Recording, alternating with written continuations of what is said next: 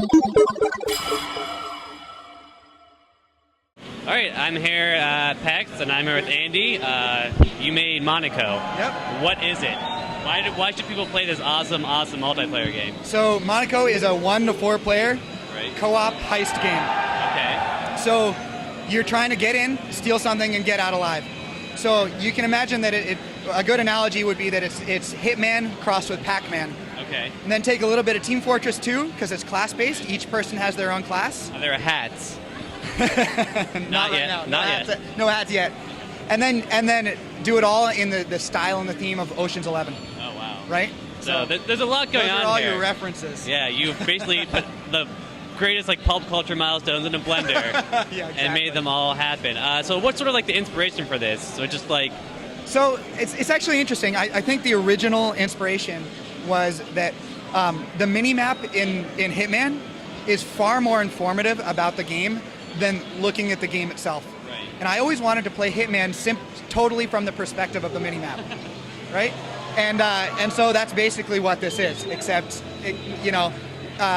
one of the really key elements of Monaco also is that the interaction is super simple. There's tons of different types of things you can do in the world, but there's no buttons at all.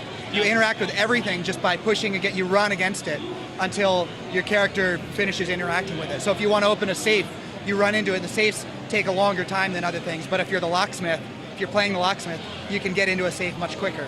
Whereas if you're the hacker, you can hack a computer much faster than everyone else. Right. And so there's 8 different classes and they all do different things. The one has a monkey and everything. Are some classes are they balanced so that you need to work as a team and use everyone's skills? Yeah, absolutely. So one of the characters is the gentleman. Okay. And the gentleman can disguise himself and his team by getting into a hiding spot. So if you hide in a bush or you hide in a closet and the whole team gets in there with you, everyone puts on a suit or a dress if you're a female character, and you can jump out and walk around the level without getting caught.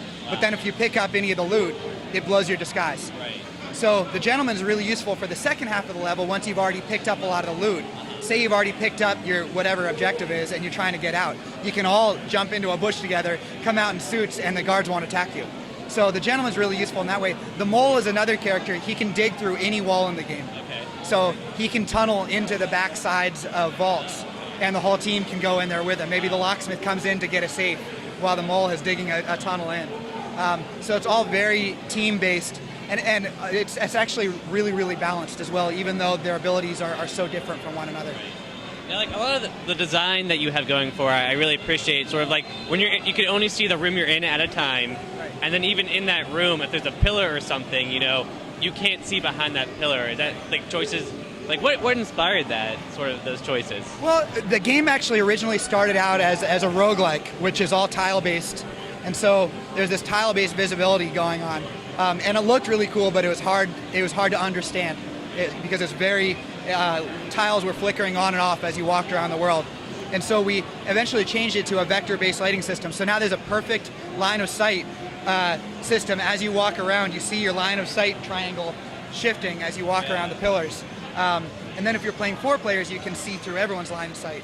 So it actually is it's a lot easier to understand now, but it all comes from sort of inspired by these old roguelikes that are just tile-based dungeon crawlers, So what you could design your own maps in this game? You talked about this a little bit yesterday. Tell me the technology you're using of sharing the maps with people. So when you create a level, it dynamically generates a very stylized, artistic side view of the level. So in the game, you play top down, but when you're going through level selection, you see a portrait of the level. Then the data for that level is actually hidden inside the pixels of that side view. And so the side view itself is just a JPEG. It sits on your hard drive after you make the level. And the data is hidden inside that JPEG. So if you want to share a level with someone, you just send them the JPEG, they stick it into the right directory, and it shows up in the game.